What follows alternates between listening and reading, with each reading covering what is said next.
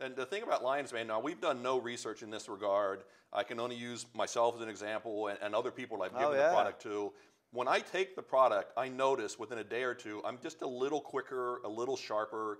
You know, those little things like, oh, you know, who was it that was in that movie? You know, now I remember. Or, your name is, now I get, when I take that, I notice it in a fairly short time period. So I think it has some memory benefits, some sharpening of mental faculties for everybody. And, you know, I think we all probably could use a little bit of that. Can we use this for other forms of dementia besides Alzheimer's? Yeah, I think it's probably a safe regard. There's a researcher in Japan. I may mispronounce his name, so I apologize to him.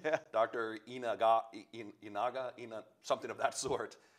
He's done some work. He actually worked with a couple Parkinson patients and a couple of patients with schizophrenia, and he saw so much positive results just from those, you know, handful of patients that he worked with, that now he's beginning clinical trials for both those categories today. I met someone at a show, actually another exhibitor at a show. He'd had surgery on his hand and they'd severed a nerve and he was no longer able to grasp anything. And I got him on the amlodipine product and I would see him every couple of months. And every couple of months he would come over and say, look, I can now do this that I couldn't do before.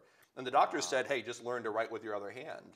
And after, I think about a year or so, he's able to write and use his hand as he normally would. And again, that repair mechanism is being stimulated. So anywhere that there's nerve damage, I would argue that there's probably some use for the amlodipine in that regard. I want to differentiate, you know, you mentioned lion's mane and amlodipine. The key is there are a lot of lion's mane products out there. And most lion's mane products are a hot water extraction. And that's going to give you compounds that may be good for your immune system, may be good for your digestive tract and build your chi and things.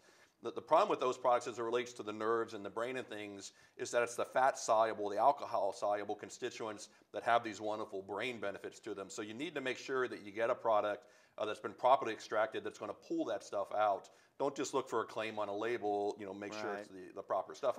And that's what's really intrigued me, and that's one of the reasons why I joined Mushroom Wisdom, is that it was one of the few companies that's willing to go out there and do this clinical research and actually support and expand our base of knowledge with these medicinal mushrooms. Well, you know, and I have to hand it to Mike Shirota, who owns Mushroom Wisdom. Fantastic gentleman.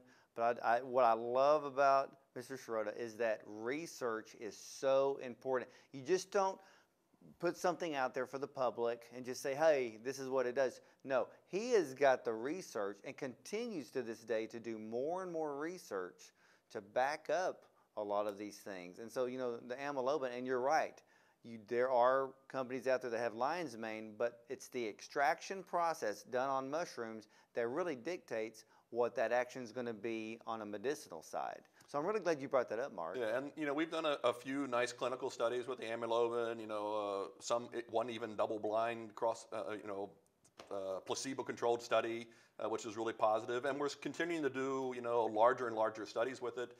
And an even more recent study was done with sleep apnea, something that many people may not associate with it. Yeah, I was going to ask you, what is the actual latest research on amlodipine? Because I hear that, like we said, the research is starting to even grow outside of the, you know, the brain, the neurological research, into something else. And you mentioned sleep apnea. Yeah, Dr. Inanaga has done work with sleep apnea. And he noticed within the clinical trial that within 1 month that there was significant improvement overall with the sleep apnea, with the breathing difficulty. And in just 2 months that there was improvements in snoring, you know, that kind of breathing that comes with sleep apnea, and oxygen utilization. And that's really key with sleep apnea. Is the reason it's such a dangerous thing is you're cutting off blood flow to the brain, which, you know, doesn't take long to have severe consequences. Yeah, so if you can improve that oxygen utilization by the body in a fairly short period of time, you can have a profound impact on sleep apnea.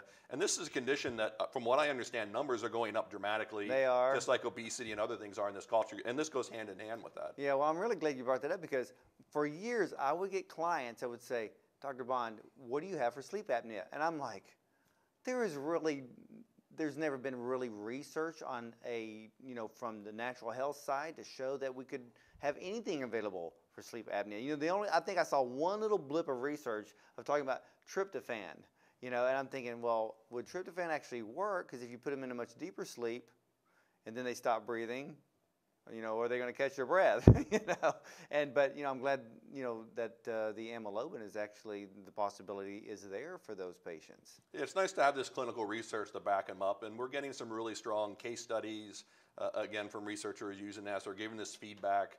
One of the most profound was a woman, I think she's 81 years old, a Japanese woman. She had been misdiagnosed for years. They diagnosed her with depression. She went in and out of psychiatric hospitals for a number of times. They would drug her up.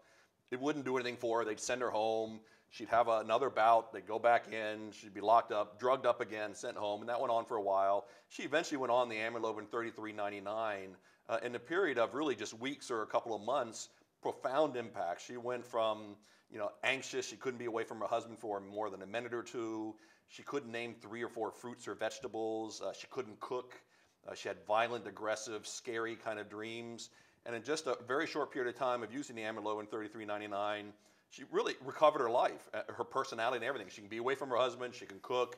She now dreams of traditional Japanese dance, which is what she taught all her life. So it really gave her back her life. And anybody who's been around an Alzheimer's patient, this is huge. This is so profound and such a wonderful gift to offer, be able to give them that time of being who they are, I think. Well, I've read that story about that lady, and it is absolutely amazing because, my grandmother, she passed away of Alzheimer's, and the saddest thing about Alzheimer's is that they can remember the past, but they don't remember the present because you have to take short-term memory and get it converted into long-term memory storage. And unfortunately, you can talk to them about the past and they sound like they're normal. But the moment you start getting in the present day, there's a host of problems.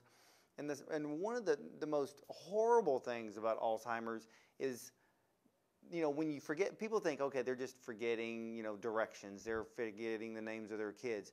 Well, it comes down to the point to where they actually forget what a spoon and a fork is. And most Alzheimer's patients die of malnutrition because they don't know how to feed themselves. And you're basically starving yourself to death because you can't remember what in the world that bowl is sitting in front of you, or that plate, or a knife and a fork, and then eventually that's what it comes down to. And it's so detrimental, not just to the person, but to the family members around them.